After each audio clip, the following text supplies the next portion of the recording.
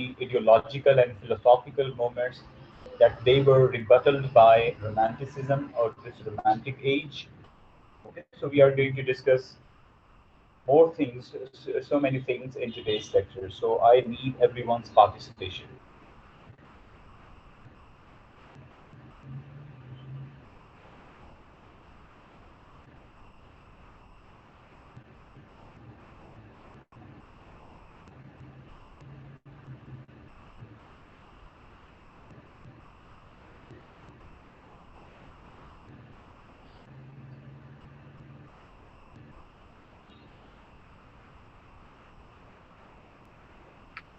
Sir, I've texted them and a couple of students have joined. Okay, that's good then. Okay, so can we start now? Okay, surely, sir. I'm just going to share my screen with you people. So just let me know when my screen. We're discussing the backgrounds of the Romanticism as we have gone through the Age of Restoration, and soon after the Age of Restoration, we have 18th century, and in 18th century there were certain changes in science, in technological advancement, in the progress of the country, in the industrialization. So there were certain changes in the country. So those changes were rather scientific. And if the changes were scientific, how it changed the behaviors of the people, like it changed the emotional thinking of the people, or I would say that sentimental thinking of the people into logic. So now people who were thinking in the processes of imagination, in the processes of unrealistic imagination, so they started now with the influence of the science, with the influence of modern technologies, with the influence of the new inventions, specifically because of the science, they started thinking rational. This was the age of 18th century. And because we haven't gone through the age of 18th century due to lack of time, but now we are not going to discuss 18th century today in this lecture, but we will be taking some references of the 18th century because romanticism is a reaction against the 18th century. So let me give you just two or three important lines about the 18th century. First of all, this was the age of enlightenment. This was the age of reason.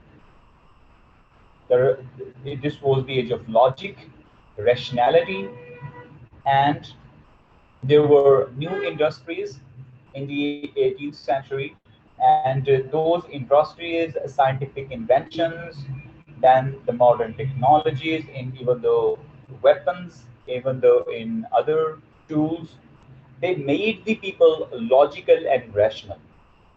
As I've already told you people, that most of the time the age is impacting the lives of the people, the minds of the people. So this is a kind of, you can say, impact on the lives of the people, that modern technology, the scientific invention, the scientific technology, they changed the people's sentimental and emotional thinking into logical thinking, into reasonable thinking. So people were actually finding reasons in everything. They were not judging the things, the objects, and the other things on the basis of unrationality, or on the basis of imagination, on the basis of their personal experiences. No, they were judging and evaluating everything on the basis of reality, facts, logics, because it was the era of reason, it was the age of science. So, science, you know that science does not have any space for the emotions, for personal feelings. Science talks about the logic, the rationality. Okay, so you see that the 18th century is full of logical thinking, reasonable thinking, rational thinking, and there is no space for emotion, for imagination, for sentiments, for personal experiences. So these are, you can say, the things they do not, they are not, you can say, discussed in that age of 18th century. Now we are going to study the age of Romanticism. And Romanticism is totally a reaction or opposite to the previous age. The previous age is definitely 18th century before Romanticism. And this age is all about uh, the Romanticism is all about the subjective approaches. It is all about, you can say,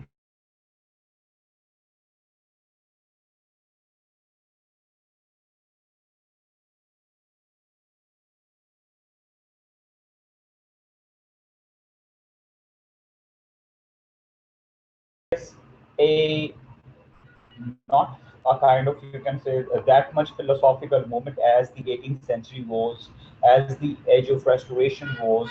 But now this age totally talks about the subjective approaches of the people, the subjectivity. So the main thing that you can talk about or that you can take from this age is subjectivity. What is subjectivity? Subjectivity talks about the personal feelings, personal emotions, personal experiences, and those personal feelings, emotions, experiences, they are talking about the individual character, the individuality, or it is the, the theme of subjectivity. Similarly, in the Romanticism, there is another thing that is individualism. So simultaneously, we can talk about both of the things. First of all, subjectivity. There are two conceptions in literature. First is the subjectivity, other is the objectivity.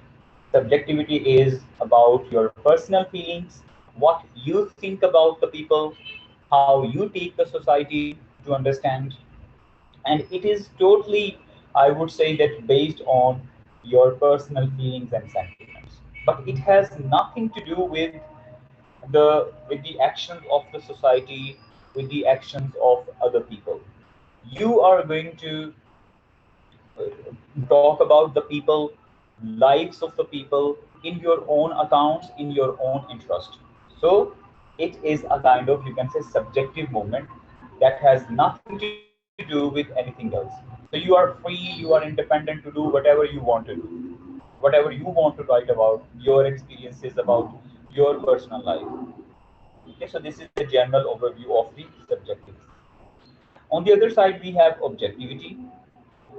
There is, I would say, that very small space of objectivity in the age of Romanticism.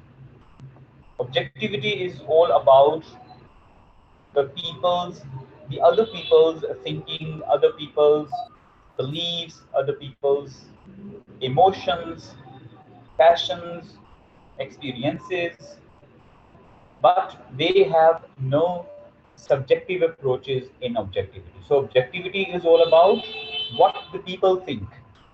Subjectivity is all about what I think. So it is about your thinking, your emotions, your experiences, your personal things. Okay, so this is, so romanticism is all about subjectivity. So you have to focus on this theme of subjectivity. Okay, now moving further, romanticism is the name if we look at the background, what it is all about. The name given to a dominant movement in literature and the other arts, particularly music and painting, in the period from the 1770s to the mid 19th century. It is regarded as having transformed artistic styles and practices. So now, first of all, we see that it was the age that roughly started from 1770s and it ended you can say in the mid of the 19th century, because you see that from 1880 to 1837, 1770s to 1837, that was the age of romanticism. 1770s to 1837, that is the age of romanticism. And from 1837 to 1901, this is the age of Victorian period. Okay, so Queen Victoria, who actually ascended her throne from 1837, and she lasted till 1901. So this was the rule of Queen Victoria. So most of the time, the Victorian era is associated with the birth of Queen Victoria, but most of the time, it is said no that Queen Victoria's era started after the mid of the 19th century, means after 1850s. So it was the Victorian era. So you can just remember that okay, from 1837 to 1901, this was the Victorian era, and before before 1837 to 1770s, this is Romanticism, and after before 1770s till the beginning of the 17th century, this was the 18th century. Okay, so 1770s mean 18th century, the last of the 18th century. So it is regarded as having transformed artistic styles and practices. So you see that there are different styles, there are different artistic styles and practices that they have performed and they have done in that age.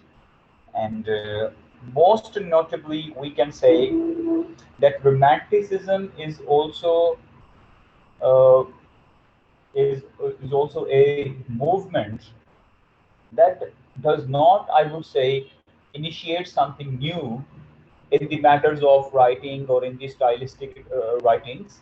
They do not produce something new, but they produce something with their subjective knowledge and subjective creation, or with their subjective imagination too.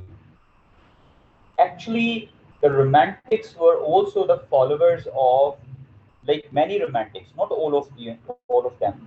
Many romantics were the followers of the Greco art and literature, the Greco-Roman art and literature. They were the followers. That is the reason that Romanticism is also called the third hand Renaissance. Okay, so this is notable, and I hope so that you will also be taking the notes of the lecture and of the slides as well. Romanticism is called the third hand Renaissance. What is the first hand Renaissance? The Renaissance in actual sense. That was started in Europe, specifically in Italy. And after that, the second hand Renaissance started in the period of Restoration, when James II was restored to his monarchy, to his kingship. And now, this is called the third hand Renaissance because of certain reasons. The first reason is that they followed the writing styles of the Greeks or of the Romans. Then they try to follow the structures of the Greeks and the Romans. Then they try to talk about the concept of Hellenism. Hellenism or the Hellenistic approaches were also discussed by the Romantic poets. And what is the concept of Hellenism? There were some Greek features. There are some Greek features, Greek characteristics related to their culture, related to their society, related to their people. Those characteristics of the Greeks are also introduced in the poetry of the Romanticism. That is the reason that we can call the Romantic age as the third hand Renaissance. It means it is also the revival of the Greco-Roman art and literature into their poetry. Let me give you an example of John Keats' The Grecian Urn. John Keats' Grecian Urn is a true depiction of the Hellenistic style of the Greeks. The Grecian urn is like a pot. It is like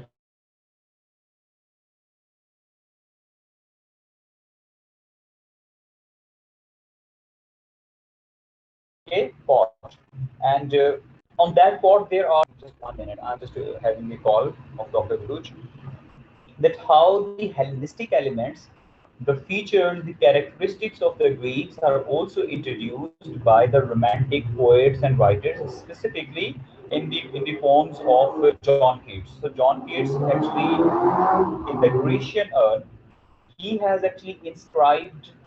He talked about the features of the Greeks. He talked about the Grecian urn, and that urn is like a pot. It there are some uh, there are some cultural elements of the Greek people inscribed on that pot, inscribed on that Grecian urn. So that is the perfect example that John Keats has talked about in his poem, The Grecian Urn, or to the Grecian Urn. It means that he has also taken some of the elements of the Greeks, of the Romans, into his poetry, into his poems, and that is the reason we call it as the third hand Renaissance. Okay, and now it means that we are now aware of the artistic styles and practices. So this was the practice and artistic style of those writers, and it is called third hand Renaissance because there was revival of learning of the Greco-Roman art and literature, even though in the age of Romanticism. Like many other terms applied to movements in the arts, the word covers a wide and varied range of artists and practices. It is a retrospective term applied by later literary art and musical historians. None of the artists we refer to as romantics would have so described themselves. So now we see that this is a kind of retrospective movement. So in that uh, retrospective, you see that most of the time the writings are all about the personal lives of the writers. As you see that William Wordsworth. William Wordsworth's poems are most of the time about his childhood experience, how he spends his life in the lap of the nature with his sister, how his sister and William Wordsworth used to visit the countryside life, the rural life most of the time. They just visited the village life most of the time, and he is recalling that nostalgia, that past time memories, the memories of the childhood in his memories. So you see that this was the association, this was the, I would say that related to the past. So retrospective is also uh, relating to the or related to the past experiences. So now you see that this is a retrospective moment related to the past experiences, related to the nostalgic past of William, not only I would call William Wordsworth, but many of the other poets and writers. They have also shared their past memories, the memories of the childhood, the nostalgic memories in their works, in their poems. Okay, so this is also a retrospective moment. Then it was a European phenomenon, particularly powerful in Britain, France, and Germany, but also affecting countries such as Italy, Spain, and Poland. There was also, to some extent, an American version of the movement. Now you see that whenever there is a strong movement in any era, in any age, in any country, that strong movement does not affect that specific country only.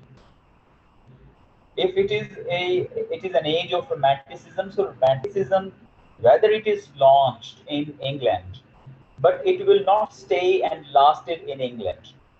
It was spread in all over the Europe.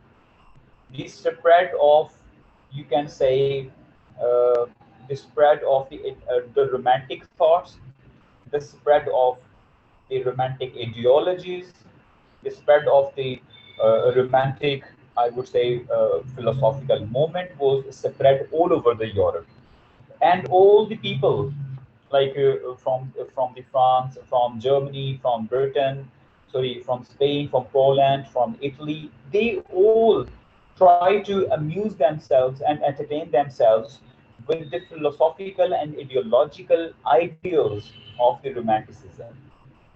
They also take the benefits from this retrospective movement, because you see that in the 18th century, the whole Europe was busy in scientific inventions, and you know that scientific inventions, the logical thinking, they are taking you far and far away from the concept from the imagination, from the world of imagination. Because whenever there is some logical thinking involved in something, so there is no space for emotions and creativity, or for imagination. So now you see that people were far, far away from imagination in the 18th century, just because of the, I would say, the revolution of the science. But now, when the new idea was introduced, that was the subjectivism, that was the idea of romanticism, in which people are totally free to write anything based on their personal feelings, personal experiences, personal emotions. They do not care about anything else. Rather, they can write it, whether that is wrong, whether that is right. So they can do that. So then this concept actually spread in all over the Europe, and they all were free once again to see the liberal art, or to see the liberal literature. And now they are no more confined by the scientific or scientific advancements, that they are forced to look at the literature with a rationality, with a realistic point of view, with a reason. No. Romanticism gave the authority or enough independence to the people that they can think out of the boxes. They can think, you can say, out of their selves. They can think out of the faculties of the societies, like the social faculties. They can think out of it, the cultural confinement, the historical confinements, the religious confinements. So they are not bound to follow all these faculties of the societies, but they are free to talk about anything that they like. Okay, so this was, you can say, a kind of movement that speedily spread in all over the Europe. Reaction to earlier age. So now you see that uh, this was also a reaction to the earlier age that we have already discussed. That how this was a reaction to the earlier age, because there was 18th century movement, and in 18th century, that the 18th century was based on the concepts of the science, the theories of the science, the inventions of the science, and there was no room. Yes, someone's standards of order, harmony, proportion, and objectivity were preferred. So in the previous ages, as I have already talked about this thing, that objectivity was preferred. What is objectivity? Objectivity is a close form to the reality, because you cannot say something about the people without their consent. It means that you are looking and taking the people, taking the society with their own accounts, with their own interests. You do not take the people with your accounts, with your interests. It means that if you have to write something about the people, so what are they? Who are they? How they live their lives? How they spend their times? This is objectivity that you have to write. that how the people are. But in the age of romanticism, this is not valid anymore, because you are free to talk about the lives of the people with your personal, I would say, experiences. And definitely it will not harm the people, because you are going to talk about the things, the people, the persons, the other subjects of the society with your personal experience. That how you feel about the people, how you feel about the societies. But in objectivity, that was the previous moment that was preferred most notably in the 18th century, just because of the science. That was about that you have to write about the kings and the queens, you have to write about the social standards, you have to write about the moralization of the societies, you have to talk about the historical concepts, historical heroes, historical events and happenings. You have to write about, you can say, the other major subjects and the fields of the society. But in the romanticism, this is not happening anymore. It means that you are doing your self-assessment, self-examination by talking about your personal feelings and emotional experiences. So this was, you can say, a reaction against the 18th century. Okay. Now in literature, Greek and Roman authors were taken as models, and many 18th century writers either translated or produced imitations of poetry in classical form. So this is another thing. Another, it means that even though in the Shakespearean age, after Shakespeare, in the age of John Milton, in the age of the Alexander Pope, and then in the age of 18th century, in which Henry Fieldings, Samuel Richardson, and then Daniel Defoe, they were the representative figures of the 18th century. They have what they have done actually. They all have talked about. They have all written their writings or piece of writings on standards and the models of the Greeks and the Romans. Okay, they have written their works, books, even the novels, even the comedies, tragedies, on the models and the standards of the Greeks and the Romans. Like there was, I would say that not any age, not any movement that they have talked about themselves except romanticism. So then you can say this is a clear demarcation between the previous ages, like from Old English literature to till the 18th century, and this is called the era of objectivity. On the other side, the starting of the romanticism is the age of subjectivity. Okay, this is the age of subjectivity. So you can see that how the literature is divided into two major ages: the age of subjectivity, the age of objectivity. Age of objectivity is from Old English literature to the romanticism, and romanticism is the age of subjectivity based on the personal feelings and the views of the people. So as I've already told, that the romantics, they did not follow exactly the Greek and the Roman models and the standards. There are certain writers, as I've given you an example of John Keats, that he has taken some of the Hellenistic elements of the Greeks when he has to talk about the Grecian urn. Grecian urn is a kind of, you can say, जैसे आप एक सुराही है, उसके ऊपर like there are different inscriptions of cultures. Or inscriptions of culture क्या थी? Like there was a man on that pot that is actually playing the flute, and in the next picture there is a man who is plowing the fields, and in the next picture there are some people who are actually doing their house jobs. There are some women who are doing their kitchen errands and kitchen chores. It means that it was the, definitely a pot, but that pot was the symbol of civilization of the Greeks. It means that was a symbol of civilization, of the Greek culture, of their tradition, of their language, of their music, everything.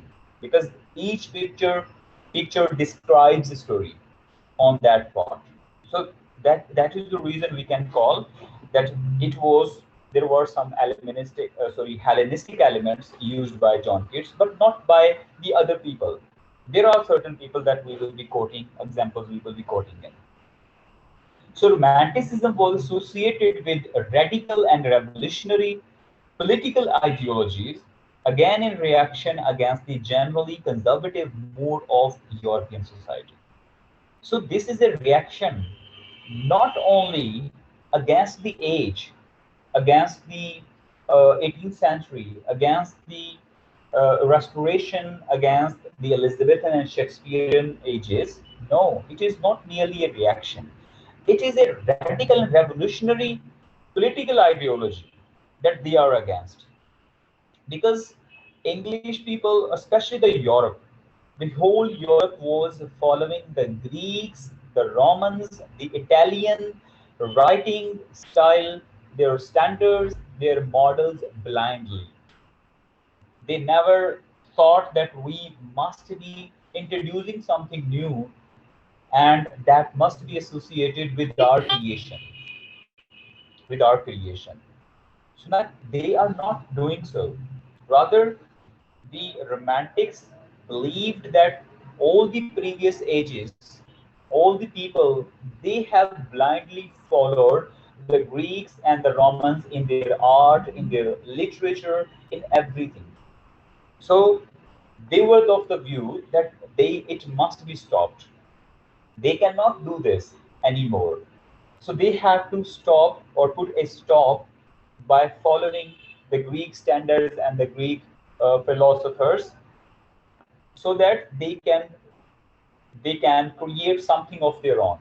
So it means this was the age of Romanticism, that they have created something of their own based on their subjectivity, based on their personal feelings, emotions, experiences about their personal lives. So that is the reason we call it the age of Romanticism. So now it Excuse is, me, sir. yes. Sir, we need time for namaz.